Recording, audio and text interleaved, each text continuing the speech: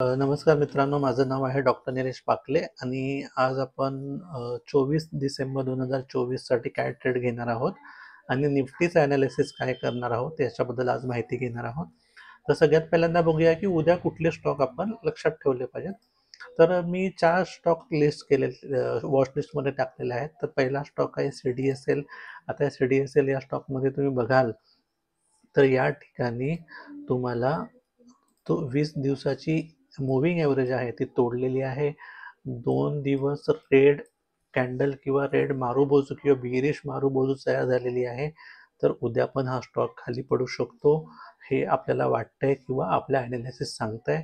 त्यामुळे उद्या हा स्टॉक पडू शकतो, हे एक आपलं टेक्निकल ॲनालिसिस सांगतंय. याच्यामध्ये कुठल्याही तुम्हाला बाय सेलचा मी टिप्स किंवा रिकमेंडेशन देत नाही. तुमचं ॲनालिसिस तुम्हालाच करायला पाहिजे. मी फक्त ह्या गोष्टी तुम्हाला सांगतोय की जे पण स्टॉक वॉचलिस्टमध्ये येतात तर त्याच्यामध्ये उद्या काय घडू शकतं आणि आपलं ते जजमेंट बरोबर येत आहे की चुकतंय, ह्या गोष्टी आपल्याला रोज बघायच्या आहेत. दुसरा स्टॉक आहे CG पॉवर. आता मी परत कट करतो, इथे CG पॉवर. आता CG पॉवरचा स्टॉकमध्ये बघाल तर ही जी लाईन खालून मी ट्रेंड लाईन काढली तर तिकडे बरोबर ही कॅन्डल क्लोज झाली आहे. पण ही कॅन्डल आहे ती 20 दिवसाची, 50 दिवसाची, एक मिनिट मार्क करतो, हे ब्ल्यू 20 दिवसाची, ही पिंक 50 दिवसाची, ही ग्रीन 100 दिवसाची, या तिन्ही कॅन्डलच्या खाली क्लोज झालाय. म्हणजे याचा क्लोज झालाय आणि हा जो ट्रेंड लाईन दिसते इथून पर्यंत येणारी, तर त्याच्या बरोबर ठिकाणी त्यांनी क्लोज दिलाय. उद्या समजा ही जी लाईन आहे याच्या खाली जर तो स्टॉक पडत राहिला तर तो जास्त प्रमाणामध्ये पडेल आणि ही जी रेड लाईन दिसते म्हणजे ह्या लाईनपर्यंत तो आणखी पडू शकतो. तर हा जो स्टॉक आहे तो सपोर्टच्या ठिकाणी आहे. म्हणजे ही रेड ट्रेंड लाईन दिसते त्या सपोर्टच्या ठिकाणी असल्यामुळे तो स्टॉक उद्या कदाचित इथेच ट्रेड करेल किंवा अप मूव्ह पण दाखवू शकतो. पण मला असं वाटते की तो स्टॉक उद्या आणखी पडू शकेल. आता तिसरा स्टॉक आहे कोरोमंडल. तर तो कोरोमंडलचा स्टॉक मी परत इथे प्लॉट करतो. कोरोमंडलच्या स्टॉकमध्ये बघा की चांगली आज बुलिश कॅन्डल तयार झाली आहे. तर मला असं वाटतं की उद्या ह्या स्टॉकमध्ये अपमूव्ह येण्याची शक्यता, म्हणजे हा स्टॉक उद्या बुलिश असू शकतो. तिसरा स्टॉक आहे जुबल फूड, JUFBLFOOD. या स्टॉकमध्ये सुद्धा अपमूव्ह येण्याची शक्यता आहे, कारण इथे पण जवळपास 80% 90% मारुबोजू तयार झालेली आहे. तर मला असं वाटतं या स्टॉकमध्ये सुद्धा बुलिश मुवमेंट आहे. आता आपण जातो आहे दुसऱ्या पार्टच्या व्हिडिओमध्ये, पार्ट ऑफ सेकंड व्हिडिओ असं म्हणू शकता. तर second part of this video असं म्हणू शकता. तर या पार्टमध्ये आपण निफ्टीचं ॲनालिसिस करतो. तर आपण डे फ्रेमवरती बघाल तर निफ्टीने जी 200 दिवसाची EMA आहे, आता मी इथे 200 दिवसाची EMA दाखवतो. ही जी रेड आहे लाईन, ही वाली, ही 200 दिवसाची EMA आहे आणि तो त्याच्यावरती क्लोज झालाय. हे एक चांगलं साईन आहे की एवढी मोठी रेड कॅन्डल तयार होऊन सुद्धा दुसरी कॅन्डल रेड तयार व्हायला हवी होती, तर तसं झालेलं नाही. इथे दोजी तयार झाली आहे. दोजी म्हणजे एक रिव्हर्सल पॅटर्न किंवा इनडिसिजन पॅटर्न, म्हणजे जिथे काय डिसिजन झाला नाही किंवा एखाद्या वेळेस तिकडून रिव्हर्स होऊ शकतो. रिव्हर्स होऊ शकतो म्हणजे आधी जो डाऊन ट्रेंड आहे तो रिव्हर्स होऊ शकतो, तिकडे अप ट्रेंड येऊ शकतो. हे एक आपण जजमेंट लावू शकतो. पण ॲक्च्युली कसं आहे की जेव्हा पण आपण पहिली कॅन्डल बघतो, मग पहिल्या कॅन्डलचा जो हाय आहे आणि पहिल्या कॅन्डलचा जो लो आहे, तर इकडे कुठेतरी स्टॉक मार्केटनी त्या इंडेक्समध्ये मुवमेंट दिली पाहिजे. म्हणजे तो खाली पडला पाहिजे किंवा वरती पडला पाहिजे.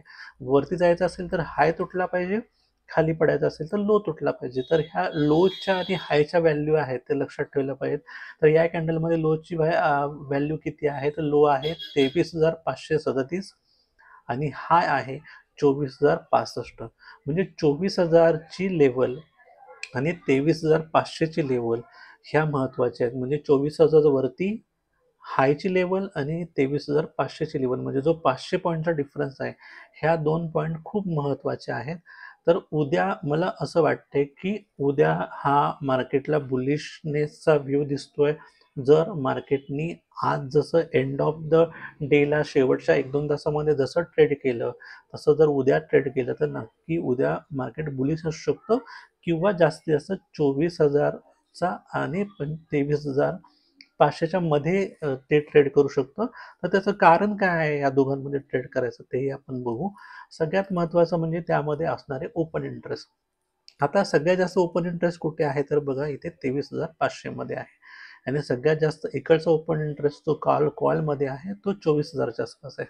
म्हणजे हा वरचा जो कॉलचा वाढलेला ओपन इंटरेस्ट आहे तो रेजिस्टन्स सांगतो आणि पुढचा जो वाढलेला ओपन इंटरेस्ट आहे तो सपोर्ट सांगतो. म्हणजे याचा अर्थ मार्केट हे 23,500 आणि 24,000च्या मध्येच राहील, बरोबर. आता पण चेंज इन ओपन इंटरेस्ट जो पार्ट आहे तर त्या आपण चेंज इन ओपन इंटरेस्टमध्ये बघूया.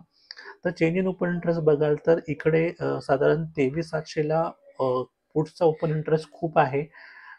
परत इकडच्या 23,750ला पुढचा ओपन इंटरेस्ट जास्त आहे, पण 23,800ला कॉलचा ओपन इंटरेस्ट जास्त असल्यामुळे असं वाटते की हे मार्केट इथेच रेंज बाउंड राहू शकतं. पण ॲक्च्युली एंड ऑफ द डेटच्या डेटापेक्षा माझ्या अनुभवानुसार जो चेंज इन ओपन इंटरेस्ट आहे रिअल टाईमचा, म्हणजे उद्या जेव्हा मार्केट चालू असताना जो ओपन इंटरेस्ट चेंज होतो त्याच्याकडे लक्ष देणं खूप महत्त्वाचं आहे. ओव्हरऑल असं वाटतंय की मार्केट 24,500 ते हां 23,500 ते 24च्या मध्येच ट्रेंडमध्ये राहील. पण त्याचा हाय आणि लो तुटतोय की नाही हे आपण आपल्याला बघायला लागेल. आता 1 अवरचं जर कॅन्डल आपण बघितलं, हे आता मी 1 अवरचं निफ्टीचं कॅन्डल इथे 1 अवर तुम्हाला दिसतंय. 1 अवरच्या कॅन्डलमध्ये बघाल तर शेवटचे 2 कॅन्डल आहेत ते ग्रीन आहेत. यापेक्षा हा कॅन्डलनी क्लोज आहे तो वरती दिला आहे. त्यामुळे असं वाटते की इथे कुठे ना कुठेतरी बाईंग झालेली आहे. पण उद्या बाय मूव्ह येण्याच्या आधी मार्केट खाली पडून परत वरती जाऊ शकतं. हे हे एक माझा अंदाज आहे की उद्या मार्केट अप राहील, पण ते एवढ्या मूव्हमेंट देऊ शकेल असं वाटत नाही. 24चा हाय तोडेल आणि 23,500चा लो तोडेल असं वाटत नाही, किंवा एंड ऑफ द डे ती कॅन्डल इथेच राहील, रेंज बाउंड राहील. पण मला असं वाटते साईडवेज किंवा बुलिश ट्रेंड असू शकतो किंवा बुलिश साईडवेज मार्केट असू शकतं, मला असं वाटतंय. आता हे तुम्ही रिकमेंडेशन पकडू नका, तुम्ही पण तुमचं स्वतःचं ॲनालिसिस करा आणि नेहमी लक्षात ठेवा जोपर्यंत सपोर्ट तुटत नाही तोपर्यंत सेल पोझिशन नाही घेता येत, जोपर्यंत हाय तुटत नाही तोपर्यंत बाय पोझिशन घेता येत नाही असं मला वाटतंय. पण याच्यामध्ये एक प्लस पॉईंट असा आहे की 20 म्हणजे 200 मूव्हिंग ॲव्हरेज जी आहे ती तुटलेली नाही आहे अजिबात, पहिली गोष्ट. दुसरी गोष्ट, हा जो एवढा मोठा रेड कॅन्डल तयार झाला आहे त्याचा लो सुद्धा तुटलेला नाही आहे. ह्या 2 प्लस पॉईंट आहेत. आणि शेवटच्या तासामध्ये बाईंग झालेली आहे, पुटनी आपली ताकद वाढवलेली आहे, हे पण तुम्ही लक्षात घेतलं पाहिजे. म्हणजे माझा व्ह्यू आहे उद्या निफ्टीसाठी बुलिश किंवा सॅडवेज, बेरिश नाही असं मला वाटतंय. तुम्हाला जर हे एपिसोड्स आवडत असतील तर चॅनलला सबस्क्राईब करा, लाईक करा, शेअर करा आणि आपल्या मित्रांकडच्या ग्रुपमध्ये किंवा फॅमिली ग्रुपमध्ये नक्की पाठवा. थँक्यू, धन्यवाद.